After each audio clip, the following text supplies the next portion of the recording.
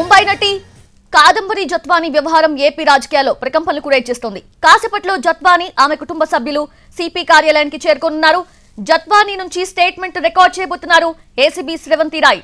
Statement record చేసిన తర్వాత police కమిషనర్ను కలుస్తారు నటి జత్వానీ.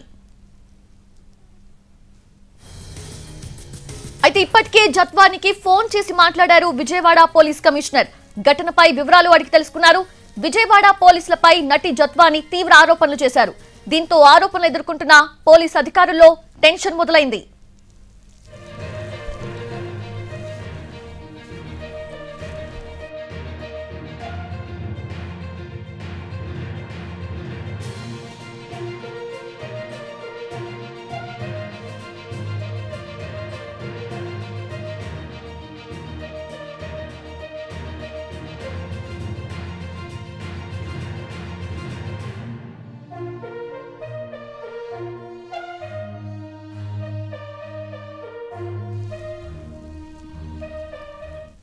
ముంబై సినీ నటి కాదంబరి జత్వానీ వ్యవహారం ఏపీ రాజకీయాల్లో ప్రకంపనలు కురేచేస్తోంది. కాసేపట్లో జత్వానీ అలాగే ఆమె కుటుంబ సభ్యులు సిపి కార్యాలయానికి చేరుకున్నారు. పూర్తి అప్డేట్స్ తెలుసుకుందాము. మా ప్రతినిధి శ్రీకాంత్ లైవ్ లో సిద్ధంగా ఉన్నారు.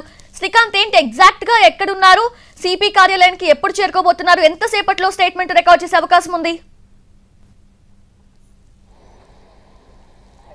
ఏపీలో చర్చనీయాంశంగా మారిన ముంబై నటి కాదంబరి జస్వానీ కేసుకు సంబంధించి మరికొద్ది సేపట్లో అయితే జస్వానీతో పాటు కుటుంబ సభ్యులందరూ కూడా పోలీస్ కమిషనర్ కార్యాలయానికి అయితే బయలుదేరిపోతున్నారు. ప్రస్తుతం మనం విజయవాడలో ఉన్నటువంటి ప్రైవేట్ హోటల్ దగ్గర ఉన్నాం. ఉదయం హైదరాబాద్ నుండి వచ్చినటువంటి జస్వానీ కుటుంబ సభ్యులు ఉదయం నుంచి ఇప్పటి వరకు కూడా ఇదే హోటల్లో అయితే బస చేశారు. ఇక్కడికే వచ్చి విచారణ అధికారి శ్రవంతి రాయ్ ఎవరైతే ఉన్నారో సిసిఎస్ ఏసీపీ ఇక్కడే ఆమె దగ్గర నుంచి స్టేట్మెంట్ రికార్డ్ చేస్తారని కూడా ఉదయం నుంచి కూడా ప్రచారం జరిగినప్పటికీ కూడా కొద్దిసేపటి క్రితమే జస్వానీని నేరుగా సిపి కార్యాలయానికి పిలిపించి అక్కడ ఈ స్టేట్మెంట్ తీసుకోవాలని అయితే నిర్ణయించినట్టుకైతే మనకి సమాచారం అందుతోంది. జస్వానీతో పాటుగా ఆమె తల్లిదండ్రులు ఇద్దరు అంటే మొత్తం ముగ్గురు స్టేట్మెంట్లు కూడా పోలీసులు నమోదు చేసే అవకాశాలు ఉన్నట్టుకైతే మనకి తెలుస్తూ ఉంది. ఉదయం నుంచి కూడా పోలీస్ కమిషనర్తో పాటు విచారణాధికారి శ్రవంతి రాయ్ కూడా పోలీస్ కమిషనర్ కార్యాలయంలోనే ఉన్నారు. ఈ నేపథ్యంలో మధ్య 4 గంటల సమయంలో జస్వానీకి సంబంధించిన